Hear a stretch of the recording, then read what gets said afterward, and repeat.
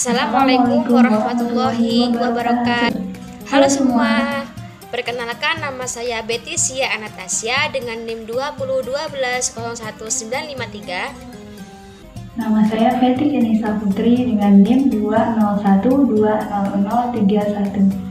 Kami dari kelas P5A mata kuliah Usul Fiqh 1 dengan dosen Ibu Rina Juliana MPDI. Nah, pada kali ini kita akan membahas materi tentang perbedaan dalil ijmali dan dalil tafsili pada kitab Al-Khulasa fi Usul Fiqh pada halaman 20 sampai 23, yaitu kitab yang ditulis oleh Syekh Muhammad Hasan Hetto. Fetty, apa sih yang dimaksud dengan dalil ijmali dan dalil tafsili itu?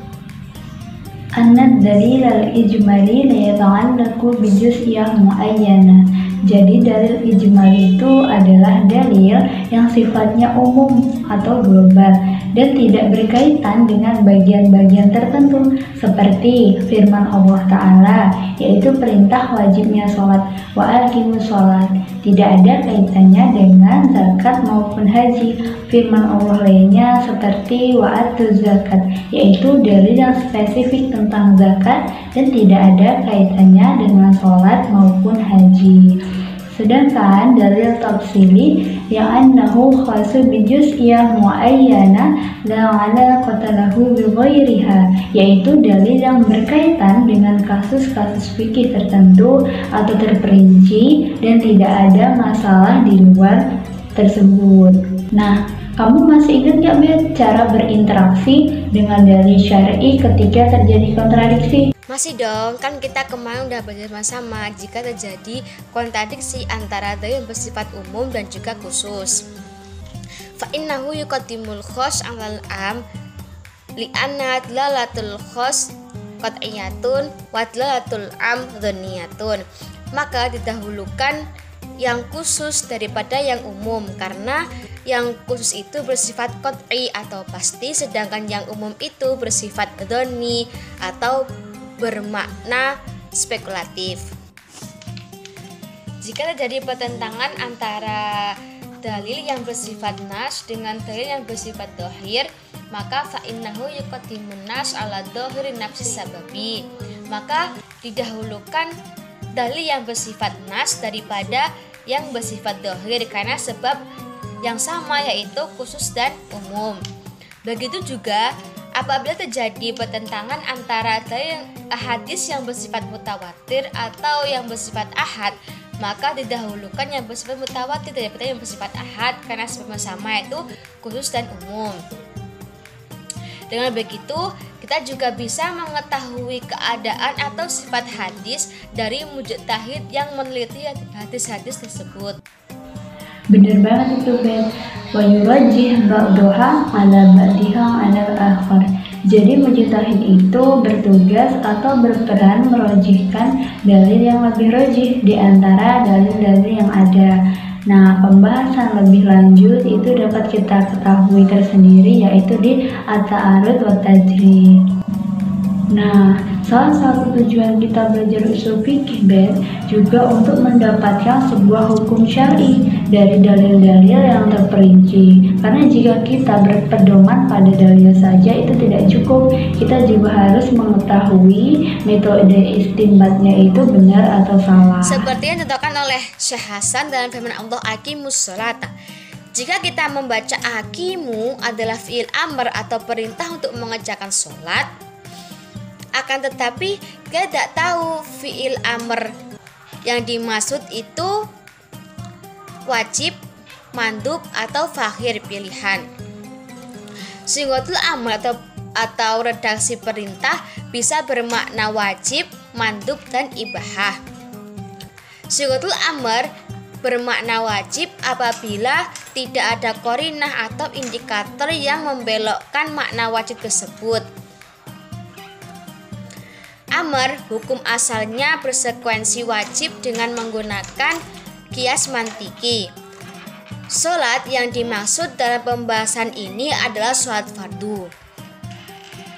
Selain itu ada juga singgotun nahi, yaitu redaksi larangan.